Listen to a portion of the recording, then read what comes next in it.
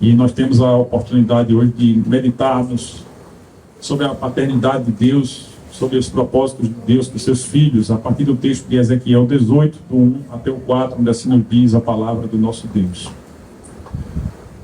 O Senhor me disse o seguinte: por que será que na terra de Israel o povo vive repetindo o ditado que diz: os pais comeram uvas verdes, mas foram os dentes dos filhos que ficaram ásperos? Juro pela minha vida, diz o Senhor Deus, que vocês nunca mais repetirão esse ditado em Israel, pois a vida de todas as pessoas pertence a mim, tanto a vida do pai quanto a vida do filho são minhas. A pessoa que pecar é que morrerá. Louvado seja Deus pela sua palavra. Essa palavra de Ezequiel, ela demonstra em primeira análise como a sabedoria popular pode ser tola aos olhos de Deus. Dizem as más línguas que a voz do povo é a voz de Deus. A Bíblia mostra que esse ditado está completamente errado. Porque nem sempre aquilo que uma nação, um povo, uma família, um conjunto de pessoas pensa a respeito de Deus é realmente verdade. E a Bíblia nos esclarece a verdade em meio aos enganos. Aqui nós estamos diante de um engano popular, uma crença que ao longo dos anos foi sendo enraizada no meio de Israel e Judá, e que essa crença seria fortalecida durante o exílio.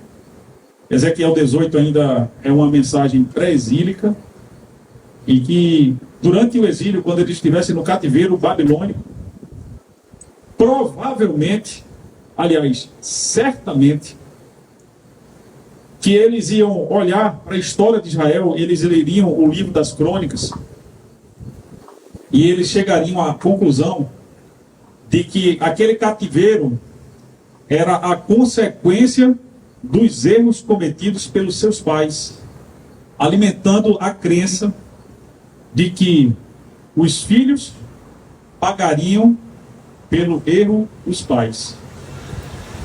Não sabemos exatamente em onde, nem em que circunstâncias começou, mas certamente essa crença se deve à palavra que o próprio Deus disse que visitaria a iniquidade dos pais dos seus filhos, através das gerações. E que isso foi muito mal compreendido ao ponto de se imaginar que os filhos pagariam pelos pecados dos pais. Quando Deus disse que visitaria a iniquidade dos pais nas gerações seguintes, através de seus filhos, é porque o Senhor, que tudo conhece, Ele sabe muito bem. E aí, deixa eu ligar aqui, pode ser? Estou com frio. É só botar no meio. É no meio, de cima no meio. De cima tu bota no meio.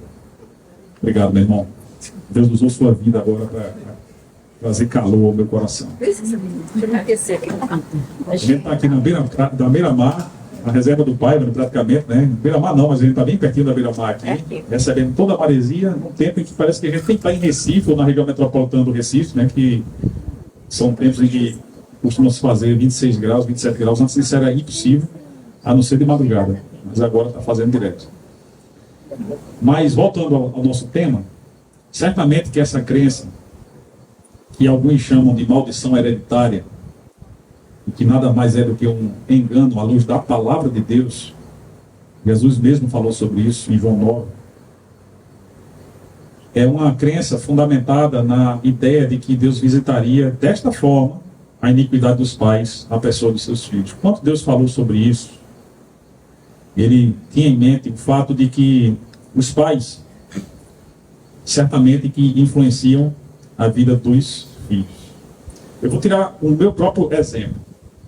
Eu não sei vocês, mas eu não tive um pai perfeito. Também não sei vocês que são pais, mas eu não sou um pai perfeito. No entanto, quando filho, existia uma coisa que meu pai fazia, que eu dizia que nunca ia falar para os meus filhos.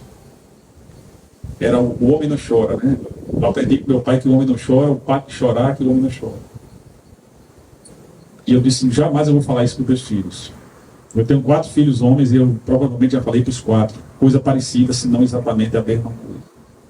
Quando eu falava coisa parecida daquilo que eu havia dito que nunca faria, eu pensava, eu não sou melhor que o meu pai.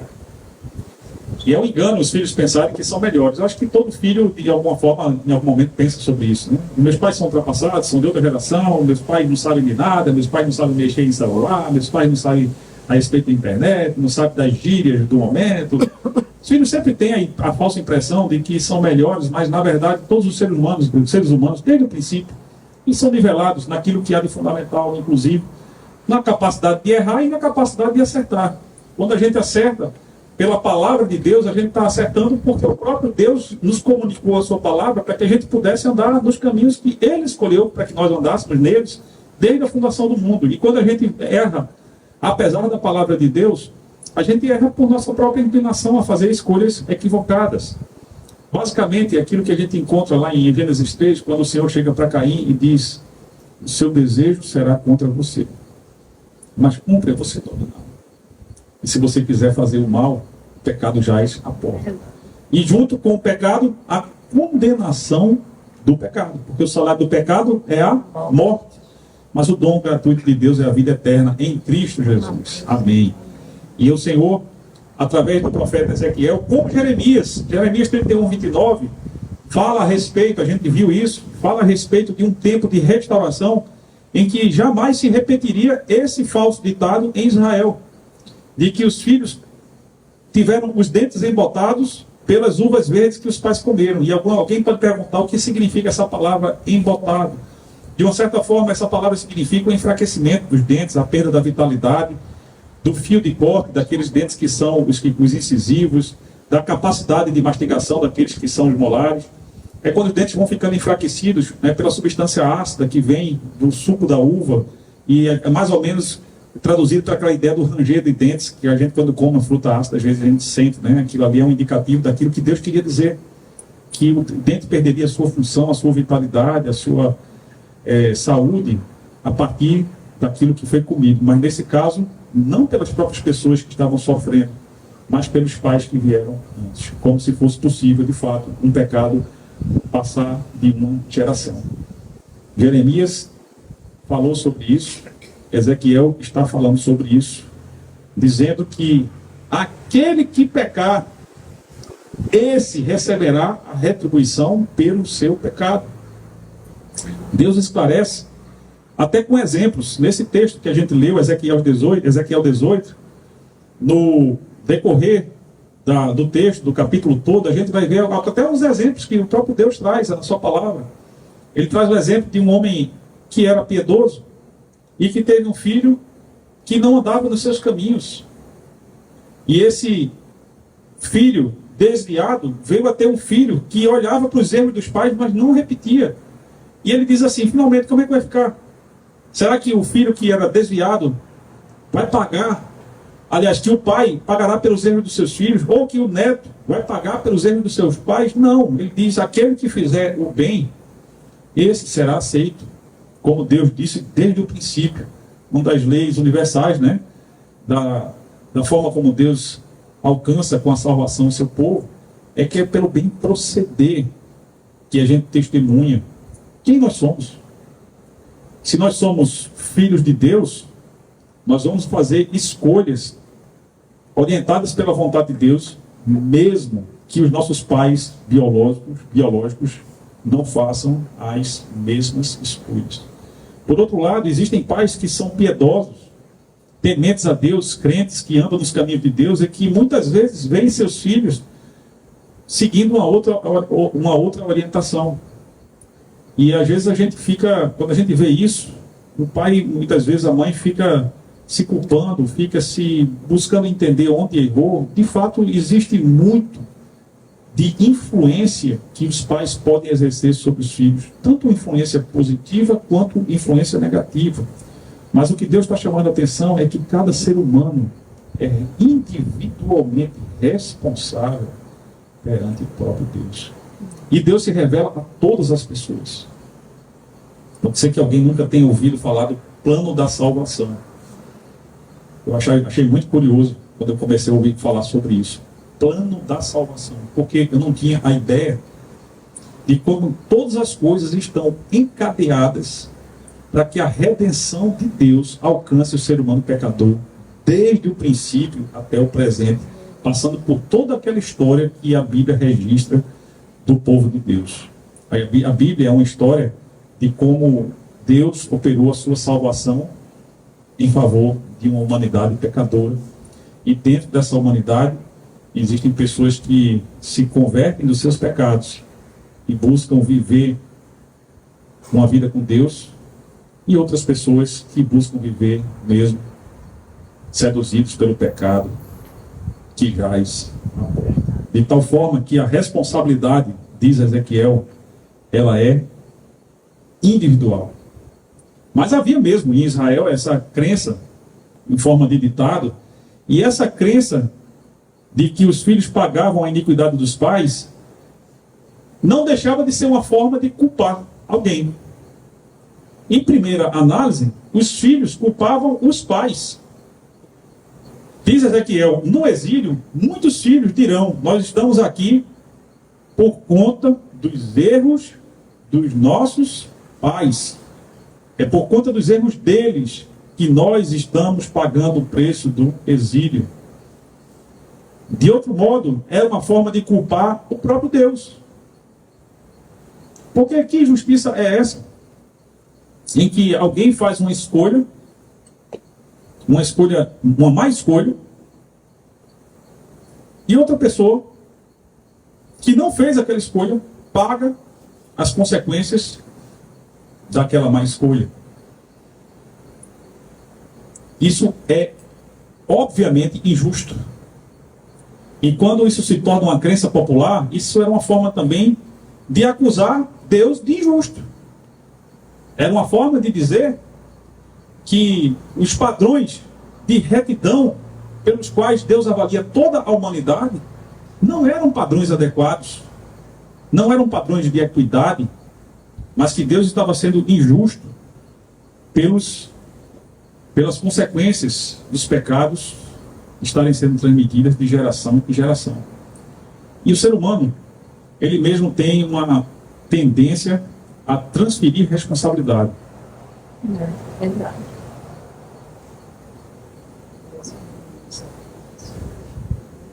Eu aprendi com Miriam, a mulher que Deus me deu,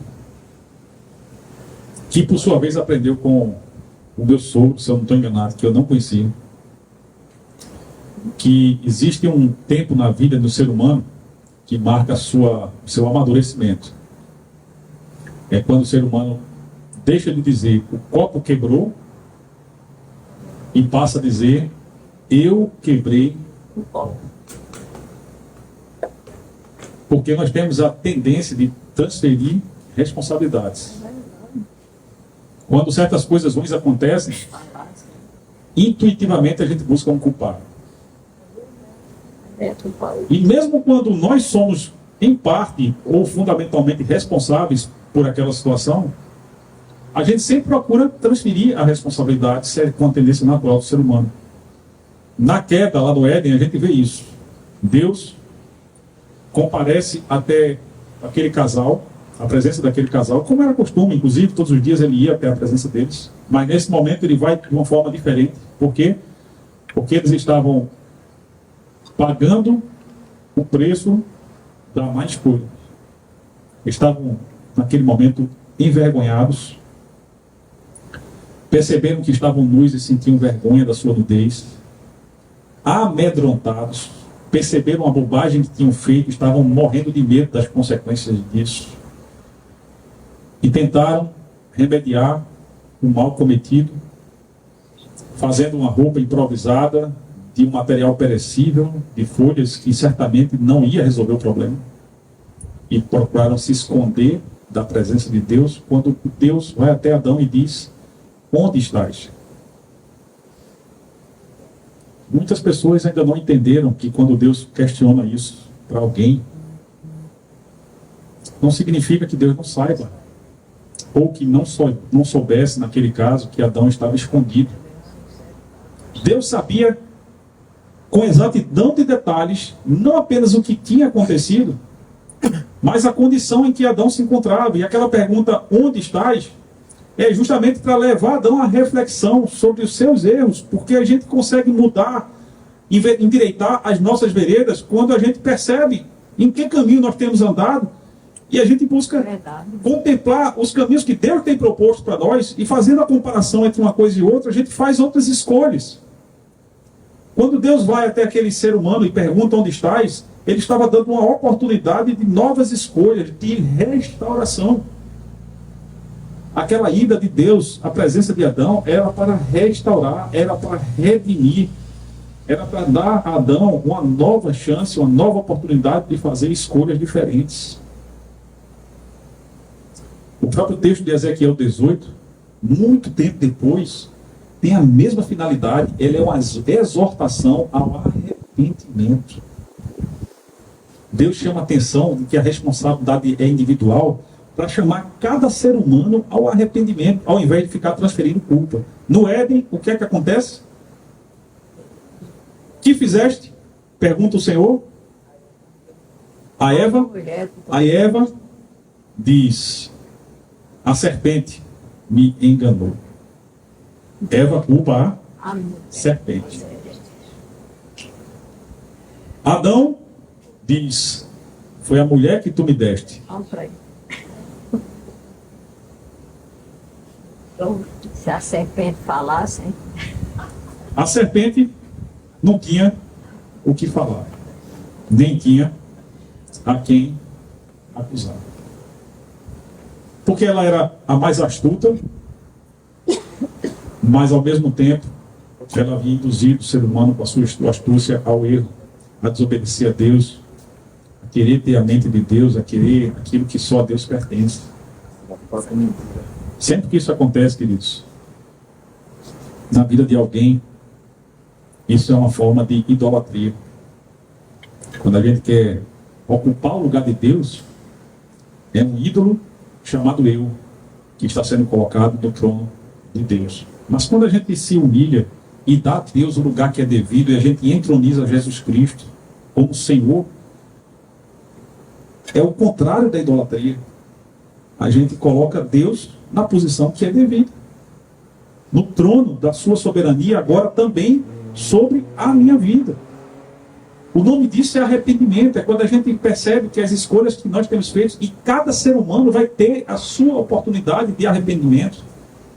Paulo, inclusive, quando escreve os Romanos, diz que o que de Deus se pode conhecer até nas coisas criadas se percebe. Por isso todos os seres humanos são indesculpáveis, porque é impossível o ser humano não intuir a presença de Deus. Basta olhar para a natureza. Mas nós temos mais do que isso. Nós temos a Bíblia e a obrigação de levar a Bíblia, o Evangelho, as boas novas ao conhecimento de outras pessoas. Para quê? Para que as pessoas se convertem e parem de culpar os outros e aceitem as próprias responsabilidades pelos erros que cometem. Porque essa é uma chave para a mudança de rumos na vida dos seres humanos. Novidade de vida começa por isso. Quando a gente deixa de transferir responsabilidade. Foi a serpente, foi a mulher, ou a mulher foi o homem. E a gente passa a assumir a responsabilidade de dizer: Senhor, eu errei, mas tenha misericórdia de mim. Como aquele pecador que comparece até o templo para orar, e juntamente com ele, um fariseu, e aquele pecador publicano, ele diz: Senhor, se propício a mim, um pecador.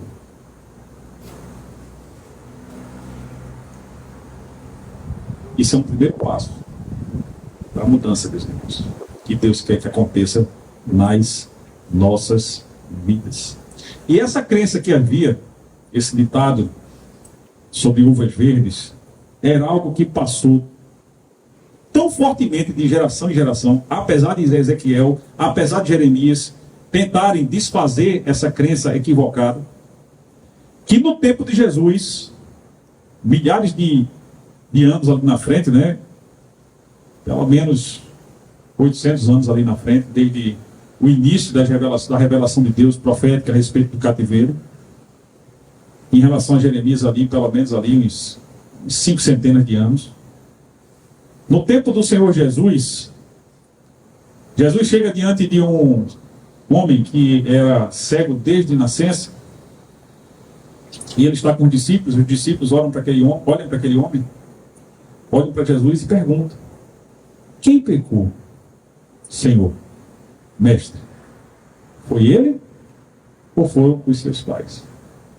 Percebe como essa crença não somente chegou até aquele momento, mas se instalou ainda hoje. Tem pessoas que pensam dessa forma.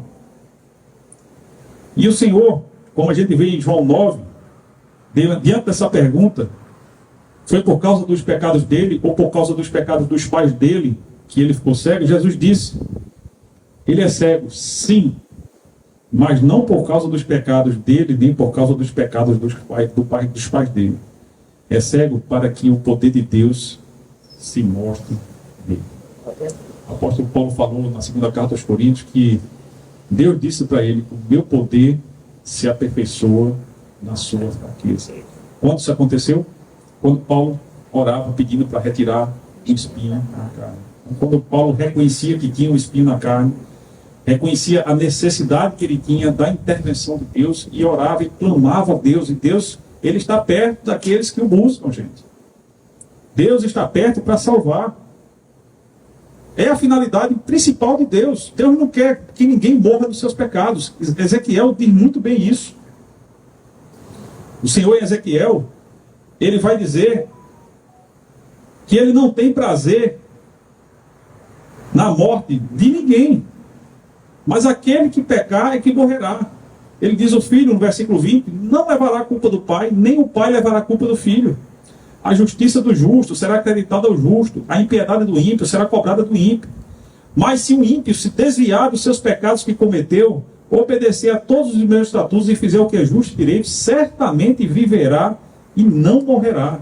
Nenhuma das ofensas que cometeu será lembrada contra ele. Por causa dos atos de justiça que praticou, ele viverá. E no versículo 23 ele diz: teria eu algum prazer na morte do ímpio? Quando Deus usa a vida de Jesus para curar aquele cego, muito tempo depois, não foi apenas para desfazer a crença equivocada na maldição passada de pai para filho, mas foi também e principalmente para chamar a atenção das pessoas para o poder de Deus de restaurar a vista daqueles que estavam cegos. Isso tem um sentido espiritual muito profundo, porque para que haja arrependimento é necessário que caiam escamas dos nossos olhos, como aconteceu com Paulo. Do dia para a noite, Paulo estava indo para a Síria, na cidade de Damasco, para colocar na prisão aqueles que se diziam cristãos. Naquele tempo nem tinha ainda essa denominação. O cristianismo se chamava naquela época o Caminho. E aqueles que pertenciam ao Caminho, Paulo foi perseguido e de repente ele se torna um dos principais líderes, expoentes do Caminho. E foi o próprio Paulo fazendo missões, quando em Antioquia ele trabalhava juntamente com Barnabé, compartilhando as boas novas, e as pessoas passaram a chamar os seguidores do Caminho de cristãos. Inicialmente de uma forma pejorativa, mas que pegou, e os próprios discípulos gostaram de serem chamados de cristãos, porque nada melhor do que ser comparado com o próprio Cristo, principalmente quando se é discípulo de Cristo. Tão bom quando as pessoas olham para a gente e dizem assim: eu vejo Cristo nele, eu vejo Cristo nela. Na forma como ele fala, na forma como ela fala, nas palavras que usa, no modo como reage, eu vejo Cristo. Para que vejam as suas boas obras e deem glória ao Pai de vocês que está nos céus. quando as pessoas verem, nos observarem, Deus agindo através das nossas vidas, o Espírito fluindo através das nossas atitudes, daquilo que a gente faz e daquilo que a gente deixa de fazer. E observem que nós não podemos conquistar nada por aquilo que fazemos. Aliás, não há nada que nós possamos fazer, por exemplo, que possa pagar o preço da nossa salvação. A salvação não é por obras. Mas em Efésios 2, 8, 9 e 10, principalmente no 10, quando Paulo esclarece que a salvação, no versículo 8 e 9, é pela graça, por meio da fé, não vem de obras para que ninguém se glorie. No verso 10 ele fala que Deus preparou as obras que ele fundou desde o início, para que nelas andássemos durante toda a eternidade. Deus, ele sabe quais são os caminhos que ele tem para nós. É por isso que, profeticamente, ele falou ao seu povo que o ímpio deveria deixar os seus maus caminhos e se converter, porque Deus teria misericórdia e perdoaria os seus pecados. Aqui em Ezequiel ele diz, ele não tem prazer em que ninguém morra dos seus pecados. Muito pelo contrário, o desejo dele é que cada ser humano possa se arrepender dos seus pecados e se converter ao Deus vivo, o único e verdadeiro Deus. Não há outro Deus além de Yahvé. A trindade que nele subsiste, o Pai, o Filho e o Espírito Santo, compõem aquilo que nós chamamos de Deus, o Criador de tudo que existe, e também o Redentor. No princípio, Elohim criou os céus e a terra. Elohim é uma palavra coletiva. Ali nós vemos a trindade, o Pai, o Filho e o Espírito Santo. Era a trindade que ia até a pessoa de Adão. A trindade que foi até Caim, antes de Caim cometer o homicídio do seu irmão. E a trindade estava presente em Cristo, fazendo a obra que ele fez, para levar as pessoas a compreenderem que não há nada, nenhum limite ao poder de Deus aqui na terra. Uma evidência disso é a cura de um cego de nascença. Nenhum oftalmologista é capaz, por mais tecnológica que seja a cirurgia, de restaurar desta forma a vista a um cego. Mas para Deus não há impedimentos. O próprio Jesus disse: o que para o homem é impossível, para Deus é possível. Amém. Uma das coisas que era impossível para o ser humano era o ser humano ser salvo por si mesmo. Mas Deus providencia a salvação de uma forma muito simples, inclusive, que não é na prática tão simples, porque envolve a disposição de abertura de mentes, e às vezes a gente não está com a mente aberta. Às vezes os filhos não estão com as mentes abertas para ouvirem os bons conselhos dos pais no que diz respeito à vida espiritual, por exemplo. Às vezes é o contrário. Os filhos que estão investindo na vida espiritual dos pais, mas quando pais e filhos conhecem ao Senhor, gente, essa família, ela tende a ser completamente diferente. Quando uma família é salva, como aquela família do carcereiro de Filipos, a gente não tem muita informação sobre o que aconteceu, mas olha, abre-se uma janela de esperança de vitória sobre a morte, de esperança de vida abundante no presente e de esperança sobre aquelas promessas maravilhosas que Deus tem separado para aqueles que o temem. Mas Deus não deixa de chamar a atenção. Em Jeremias 31, 29, em Ezequiel 18, de 1 a 4, e em João 9, de que a responsabilidade do ser humano é individual.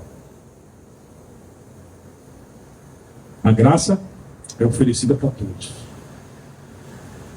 Mas um pai não tem a capacidade de fazer escolha pelos filhos. O marido não tem a capacidade de escolher pela mulher. A mulher não tem capacidade de escolher pelo marido. A filha não tem capacidade de escolher pela mãe. Mas cada um fará as suas próprias escolhas e receberá a retribuição pelas escolhas que fizer. Sexta-feira, no nosso pequeno grupo, eu chamei a atenção para o texto de Gálatas 6, 7, que diz a respeito de uma lei de semeadura espiritual. que de Deus não se zomba, porque aquilo que o homem plantar, isso ele vai colher. E cada um vai colher aquilo que plantou. Por isso é o momento de a gente avaliar o que é que nós estamos plantando. Até que ponto nossas vidas estão alinhadas com a vontade de Deus?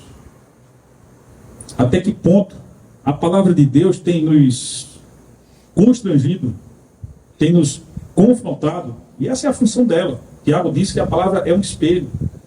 Que o homem natural olha para esse espelho e se vai e deixa do jeito que estava. Mas o homem espiritual, o ser humano espiritual, ele não vai e deixa do jeito que estava. Ele faz ajustes. Porque a palavra de Deus, ela mostra a cada um de nós quais são os ajustes que precisam ser feitos. Às vezes é uma conversão de vida. É uma mudança completa de rumo. A gente está caminhando de costas para Deus, acreditando naquilo que nós aprendemos, naquilo que nós recebemos, e acreditando nos ditados da vida, que vem da experiência, da tradição e de outras fontes, mas o Senhor quer abrir a nossa compreensão para o verdadeiro sentido, primeiramente, da própria conversão. É uma mudança de vida completa. É um giro de 180 graus, onde a gente deixa de fazer aquelas escolhas que a gente fazia e passa a questionar: Deus, qual é a tua vontade? Qual é a tua vontade a respeito de como eu vou me determinar no trabalho, na família, em todos os lugares, os ambientes onde eu esteja? Eu quero ser luz, eu quero ser sal, eu quero ser um autêntico embaixador de Jesus Cristo aqui na terra. E essa disposição é o ponto principal para que haja não somente uma conversão, mas um caminhar com Cristo. É o que vem depois. E tem muita gente que um dia já teve a iluminação do Espírito de buscar fazer essa entrega de vida, mas com o tempo o seu caminhar não foi exatamente um caminhar próximo do Senhor. Tem muita gente que não pode dizer do Salmo 119, 105, que a Bíblia é lâmpada para os pés e luz para o caminho. Porque os seus passos não têm sido passos direcionados na luz. E o Senhor alcança todas as pessoas com a exortação, a mudança. Não porque o nosso fazer possa conquistar absolutamente nada, mas porque quando nós nos conectamos a Deus, ao Criador, ao Redentor, à fonte de vida, a fonte inesgotável de toda sabedoria, quando a gente se conecta com Ele, isso muda até a forma como a gente pensa, a forma como a gente sente e principalmente a forma como cada um de nós age. Pensamentos, sentimentos, atitudes são transformados quando nossos corações, nossas mentes se conectam à mente do nosso Deus. Quando o nosso espírito está em comunhão com o Espírito dele. Não basta saber que o Espírito de Deus habita em mim. Eu preciso buscar continuamente a comunhão com ele. Comer a sua palavra. Viver buscando entender o propósito, a vontade de Deus. Qual é o direcionamento que ele tem dado para mim em cada área da minha vida. Afinal de contas, a nossa fé, ela determina o modo como nós nos conduzimos. A gente só está sentado aqui porque a gente tem certeza. A gente tem fé. E fé é certeza das coisas que se esperam. A gente tem a certeza que esse chão não vai se abrir. Porque se a gente ouvisse agora um estrondo e a gente supusesse que o chão ia se abrir, tenho certeza que eu ia ficar falando sozinho aqui e ninguém ia ficar ouvindo o que eu estou falando. Cada um ia procurar a sua própria segurança. Mas nós estamos aqui porque nós temos certeza de que esse chão não vai se abrir. Isso é fé. Porque nós não temos garantia de que ele vai permanecer desse jeito. É fé. Não pode ficar aqui não. Não sai correndo não. É a nossa fé que determina o modo como nós nos conduzimos. O que é que Ezequiel queria? Chamar Israel a desfazer equívocos, chamar Israel à responsabilidade pessoal. Cada um do povo sendo despertado para a responsabilidade individual. E chamar Israel para caminhar novas veredas, novos caminhos. Caminhos preparados pelo próprio Senhor para que nós andássemos nele. Nesse mês dos pais, nós somos chamados a buscarmos mais orientação do nosso Pai. Amém. Nós somos chamados a buscar de Deus confirmações para aquilo que nós estamos em dúvida, para que a gente possa fazer escolhas sábias, para que nosso calar e o nosso falar, nosso deitar, nosso levantar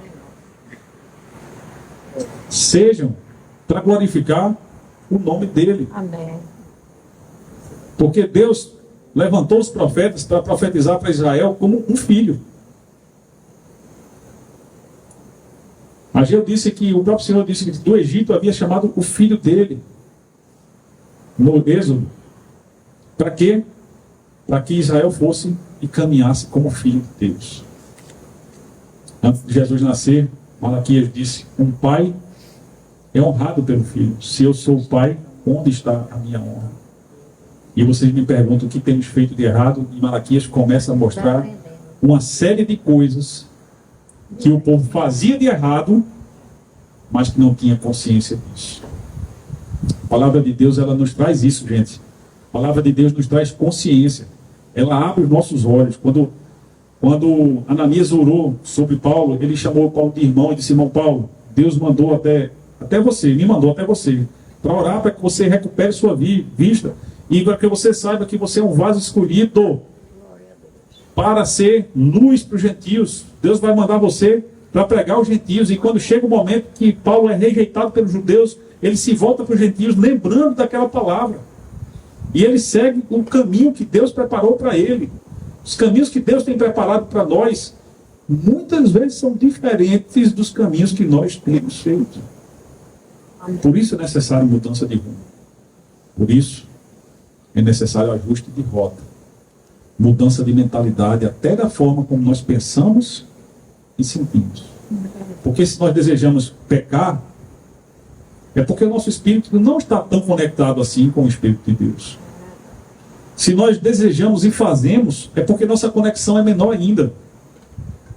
Se nós estamos indo na frente e dizendo: o Senhor me acompanha, é porque a gente está colocando o carro na frente do boi. O boi tem que vir na frente do carro.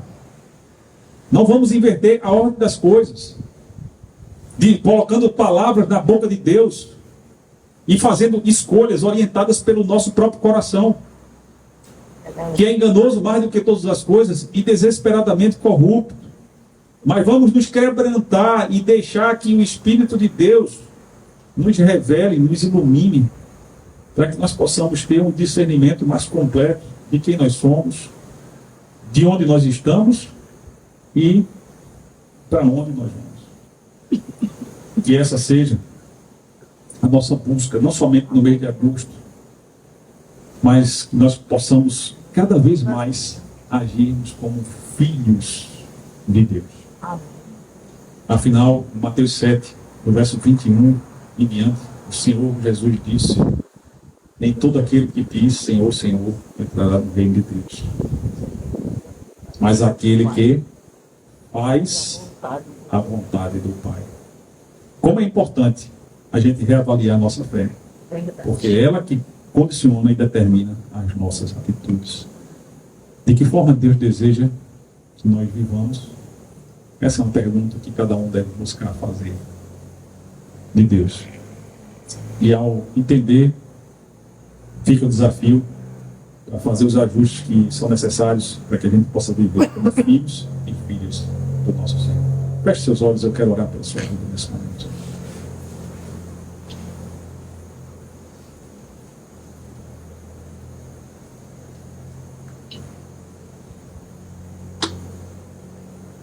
Deus, perdão, Senhor. porque temos pecado em palavras, pensamentos e em atitudes. Às vezes, meu Deus, temos transferido responsabilidade pelas nossas escolhas. Temos buscado a quem culpar mais do que reconhecer nossos próprios descaminhos. Obrigado, porque a tua palavra, ela nos traz boas novas, oferta de arrependimento para todos aqueles que erram, para todos aqueles que pecam. Oferta, meu Deus, de redenção para aqueles que desejam viver em retidão. Obrigado, porque a tua palavra nos traz consolo e esperança. A tua palavra nos revela o teu amor incondicional pelo pecador, ao ponto de entregar ao teu Filho, Senhor, para nos ensinar todas as coisas. Ao ponto em que o próprio Jesus olha para os seus seguidores e diz: daqui por diante, vocês não serão chamados mais servos, mas amigos. Porque eu fiz com que vocês compreendessem todas as coisas que o Pai me pediu. Vocês conhecem os propósitos de Deus. Vocês agora podem ter a mente de Deus e agir como filhos de Deus. Nos ajuda, Senhor, para que as nossas vidas possam ser um testemunho vivo de que somos teus filhos. Não permita, Deus, que nós nos desviemos nem para a direita nem para a esquerda. Mas que a fé, a prova das coisas que se esperam, a certeza daquilo que nós não vemos, possa ser uma constante crescente nos nossos corações, de tal modo que a cada dia nós estejamos mais próximos de Ti em fé e mais distante de quem nós éramos sem Ti. Nós não queremos, meu Deus, trazer à memória a desesperança, mas em lugar disto, a esperança das promessas gloriosas que o Senhor tem guardado para o seu povo, a esperança, Deus, de um viver abundante, a esperança de vitória sobre a morte, a esperança, meu Deus, do livramento da condenação do inferno, que pela fé em Cristo nós já temos assegurada, Senhor. Obrigado, Senhor. Obrigado porque o Senhor olhou para nós de uma forma misericordiosa, assim como o Senhor fez por Israel, Senhor. O Senhor trouxe a tua revelação por Moisés, pelos profetas e depois por Jesus Cristo, para que nós pudéssemos, Senhor, corrigir as nossas veredas. E é em favor daqueles que hoje pedem, Senhor, mudança de rumos, fortalecimento de fé e assunção de responsabilidades. É em favor desses que eu oro, Pai, pedindo, Senhor, que nos traga sabedoria, entendimento, coragem e força para perseverarmos, Pai, nas obras que o Senhor preparou para que nelas andássemos, Senhor. Obrigado pela tua palavra, em nome de Jesus. E essa seja a aplicação dessa mensagem para as nossas vidas. Deus nos desafia, meus irmãos. Ele nos exorta. Ele nos chama para perto. Você quer dizer sim para esse chamado de Deus? Responda a Deus de uma forma apropriada. Você não precisa responder para mim, mas para Ele você precisa. Porque perante Ele, todos um dia, iremos dar contas das nossas vidas. Amém? Amém. Nós estamos nos despedindo nesse momento. Os visitantes, eu queria pedir para Antônio e Rosana ficarem de pé, por favor. E você que participou pelo Instagram, que Deus te abençoe. Sendo possível, esteja conosco aqui na Reserva do Paiva, na Alameda dos Coqueiros, no quilômetro 5.9. Que Deus te abençoe.